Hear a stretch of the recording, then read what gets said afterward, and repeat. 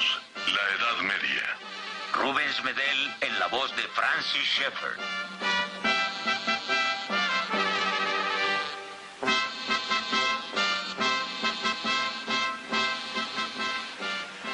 Roma decayó debido a la degeneración interna de todo el sistema romano.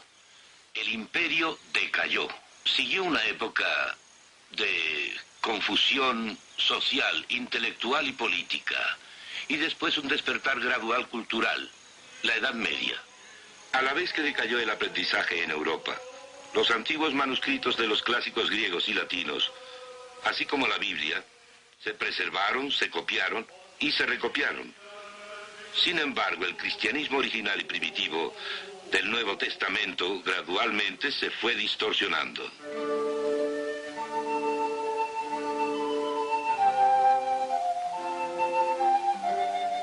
La iglesia del primer siglo, claro, fue sencilla. Los creyentes se reunían en casas y, por lo general, en números reducidos.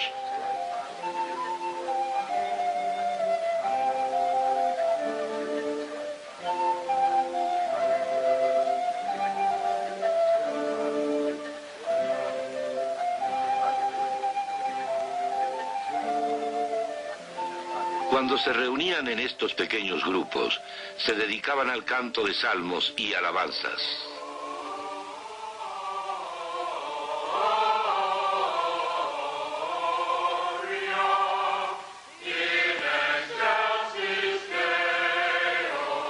Al mismo tiempo se compartía el pan celebrando la Santa Comunión.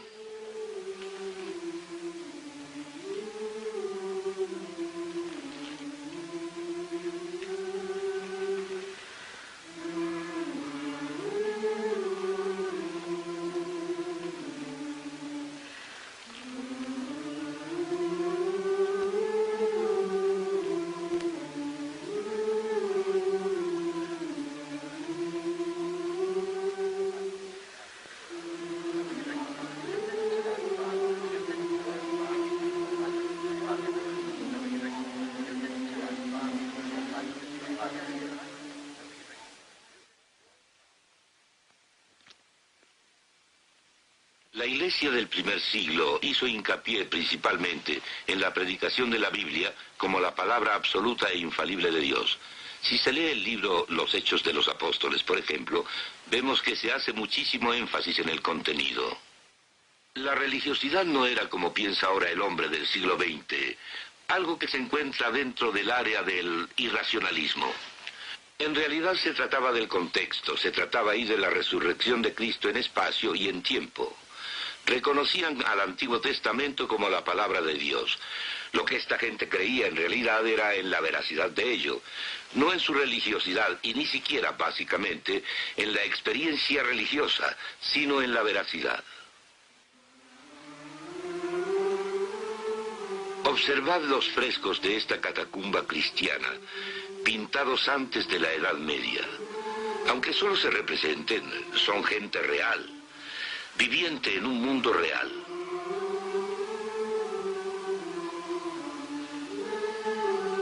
Esta vitalidad y vivencia corren paralelas a la cristiandad de la iglesia primitiva. Paulatinamente hubo un cambio en el cristianismo original. Y lo mismo sucedió con el arte. Ahora ya no se trata de gente real, sino de símbolos. Hubo un contraste con el arte cristiano primitivo. En el siglo VI, los últimos vestigios del realismo moderno se diluyeron, según Michael Gogh en su libro Los orígenes del arte cristiano. Hay belleza aquí. Los artistas trabajaban con devoción, buscando más valores espirituales, pero en su cometido, el arte cambió.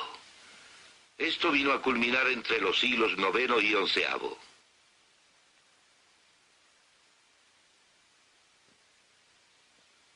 Me gustaría volver por un momento a los primeros días de la Edad Media. La iglesia cristiana se alejó de la antigua música romana debido a su relación con las ceremonias religiosas paganas y las prácticas sociales romanas. Prevalecían fuertes elementos humanos en la música de la iglesia primitiva.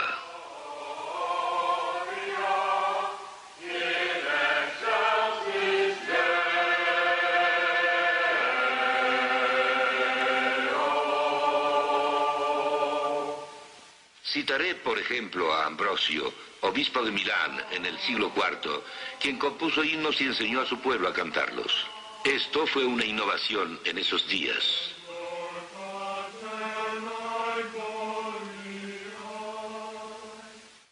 Luego, con el Papa Gregorio, hubo un cambio que ahora conocemos como canto gregoriano, impersonal, místico y espiritual.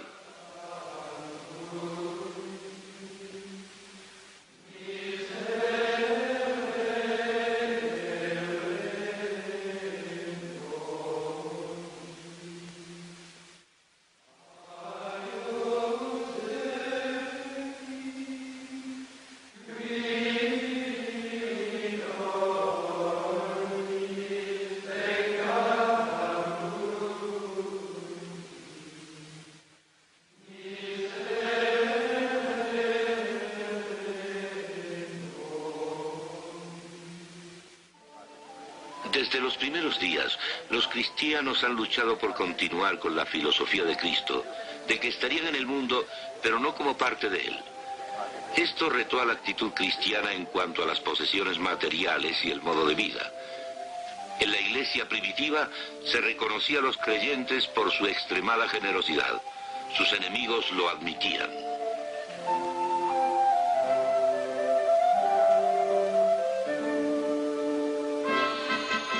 Pero en la Edad Media el péndulo no dejaba de oscilar entre un descuido absoluto del mandamiento de vivir modestamente, preocupándose por el pobre, y la antigua idea monástica de no poseer nada de dinero.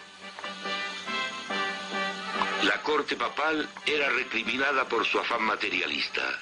Juan de Salisbury dijo al Papa en su cara que el pueblo pensaba que...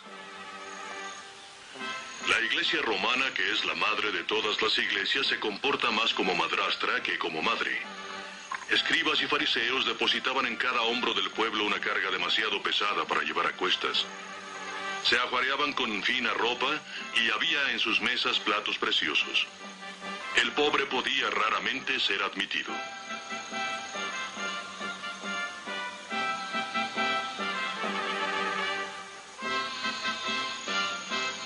En medio de todo esto, Francisco de Asís, comprendiendo los efectos corruptores del dinero, prohibió a sus seguidores recibir dinero alguno. Codo con codo, existía el lujo y el materialismo práctico del Papa y su corte, y de los monasterios, que gradualmente se convirtieron en centros de abrumadora riqueza. La Iglesia en la sociedad medieval hizo intentos por controlar los abusos de dinero en la sociedad. Primero trató de prohibirlo, luego quiso limitar las tasas de intereses. Después, con el apoyo de los soberanos seglares, intentó imponer precios justos. La enseñanza económica medieval exaltó la virtud del trabajo honrado y bien desempeñado.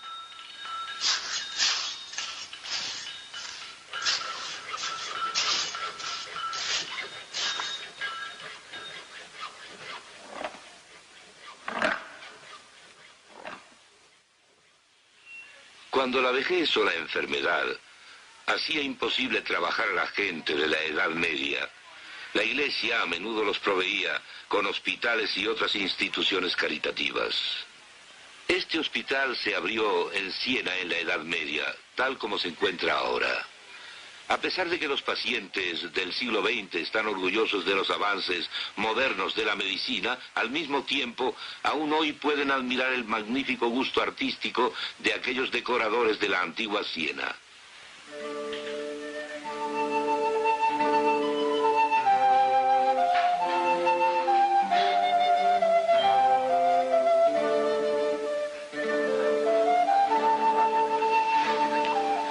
En otro plano, el reto de estar en un mundo, pero no ser parte de él, daría lugar al conflicto de la ley de Dios frente a la ley del Estado.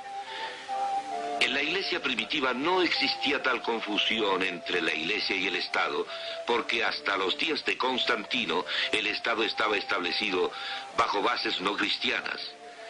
En la Edad Media el problema se complicó aún más. Verán, Europa era considerada como el reino de Cristo. Cristianismo. Solamente los bautizados podían ser aceptados en la sociedad europea. Así, se puede decir que el Estado mismo había sido bautizado o consagrado. Individualmente, esto suponía un problema aún más complejo en relación al Estado. Esta es la alegoría de Lorenzetti del buen y el mal gobierno, que se encuentra en la Cámara del Consejo del Cabildo de Siena, que data del siglo XIV. El mal gobierno, aquí, con el diablo presidiendo sobre todos los vicios que destruyen a la comunidad. Y acá, el buen gobierno y las virtudes cristianas, de las que derivan todas esas actividades humanas que manifiestan la identidad del hombre bajo Dios. La confusión en el gobierno humano ciertamente existió en la Edad Media, cuando el Estado y la Iglesia se entrelazaron. Este es el ideal de la vida bajo el buen gobierno: avanzar ininterrumpidamente. Ved a esta gente ordinaria representada en este maravilloso fresco, capaz de captar su vida diaria, protegida por el buen gobierno contra el caos y la violencia. Sin embargo, mientras que el artista conocía la turbulenta historia política de Siena y sabían que las fuentes del bien y del mal eran distintas, los efectos eran una mezcla a nivel humano de buenas y malas intenciones. Sin olvidar que la Iglesia era omnipresente en Europa, no fue sorprendente que la Iglesia trabajase con la sociedad como tal, especialmente mediante sus dirigentes. Un ejemplo notable es Carlomagno, hijo de Pipino. Fue rey de los francos en el año 771 a.C. y dominó la mayor parte del territorio del antiguo Imperio Romano. Su coronación por el Papa, al estilo de un emperador romano, se desarrolló fácilmente. A cambio, proporcionó al Papa una fuerte base territorial en Italia. También apoyó a la actividad misionera en las regiones que conquistaba, por ejemplo, entre las tribus germánicas. Asimismo, hizo el diezmo obligatorio, lo que proveyó de fondos a la administración eclesiástica. Carlomagno edificó iglesias impresionantes. Esta es la Capilla Palatina de Aquisgrán, la ciudad en donde Carlomagno vivió durante su vejez. Así coexistieron el poder de la Iglesia y el del Estado, complementándose incluso culturalmente.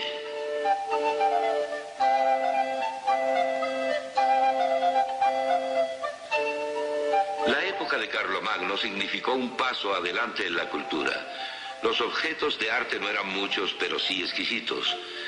Denominar al periodo que los elaboró la Edad Oscura, como lo hizo un humanista del Renacimiento, es totalmente incorrecto. Carlomagno alentó a los eruditos. El conocimiento experimentó una renovación a través del verdadero trabajo, del entusiasmo y de la propagación sistemática. El erudito alcuino, de 50 años en esa época, salió de York, al norte de Inglaterra, para ir con Carlomagno como su consejero y cabeza de la escuela de palacio. Carlomagno y sus cortesanos eruditos sentaron la base de una idea común en Europa occidental, ayudados por la preciosa escritura carolingia, copiada universalmente. Los eruditos de Carlomagno pertenecían al clero. La erudición no era general. Aparentemente Carlomagno podía leer, pero no escribir. Paulatinamente surgió un despertar ulterior del pensamiento cultural, así como también de la piedad, y se avanzó lentamente hacia los dos grandes movimientos contrastantes que también definieron la historia hasta nuestros días.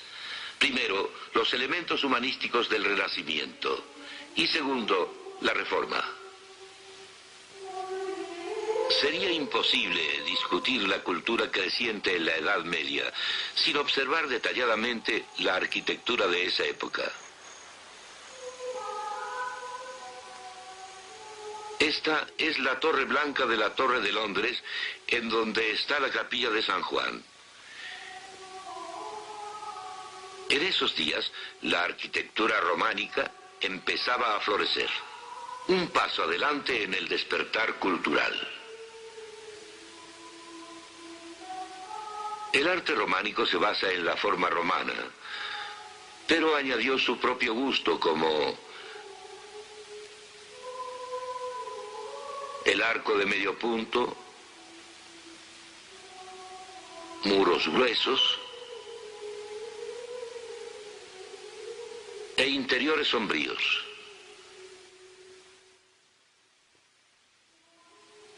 El magnífico techo abovedado, localizado en la Catedral de Durham, prepara el camino hacia la arquitectura gótica. La abadía de Saint-Denis, en las afueras de París, fue construida por Abbot Suger en 1140. Otro paso más en el despertar cultural de la Edad Media. Este es sin duda el lugar de nacimiento del estilo gótico. Observen los arcos ojivales en la Catedral de Chartres.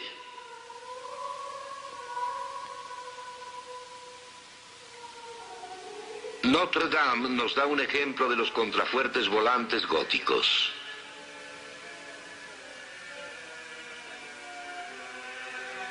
La Santa Capilla en París nos muestra sus grandes ventanas.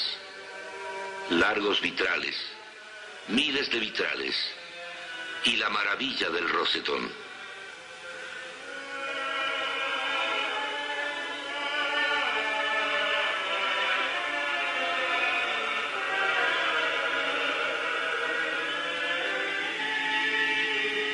Pero la Iglesia se alejaba cada vez más de la enseñanza del cristianismo original. En la Iglesia primitiva, la autoridad descansaba solo en la Biblia. Pero en la Edad Media, gradualmente sobrevino un cambio. La autoridad se dividió entre la Biblia y la Iglesia.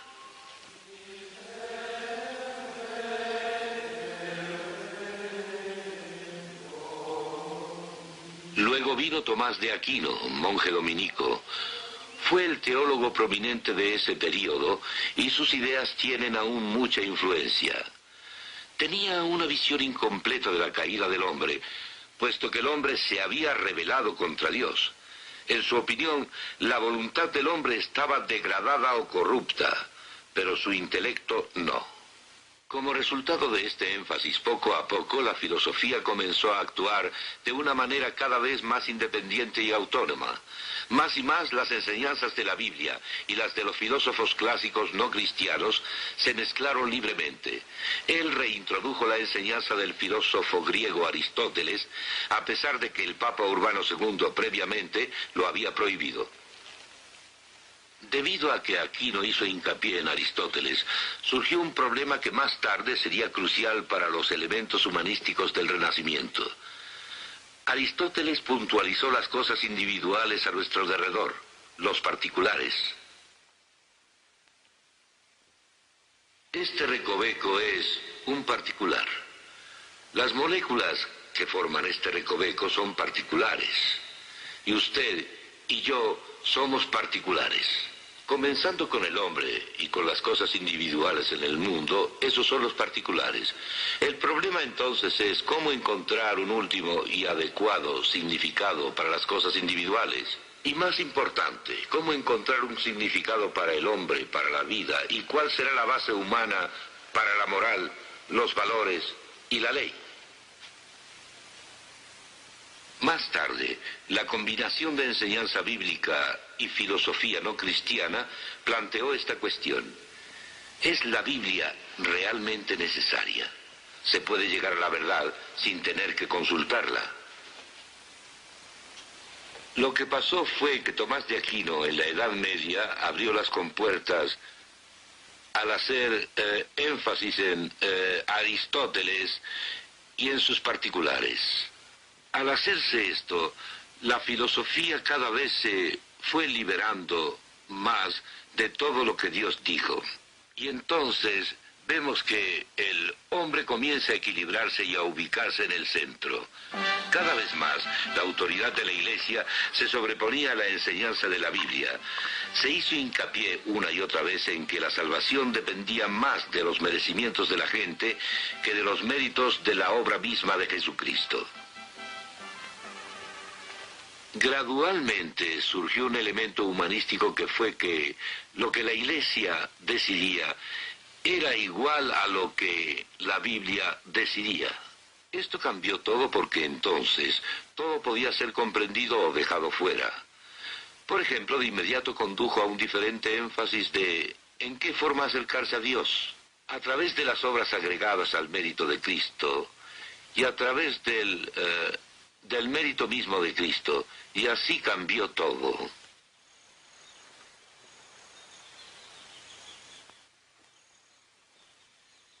Al mismo tiempo, vino a dar lugar a una reacción en contra de estas distorsiones del cristianismo original. John Wycliffe, profesor de Oxford en el siglo XIV, levantó la voz y dijo: La Biblia es la autoridad suprema.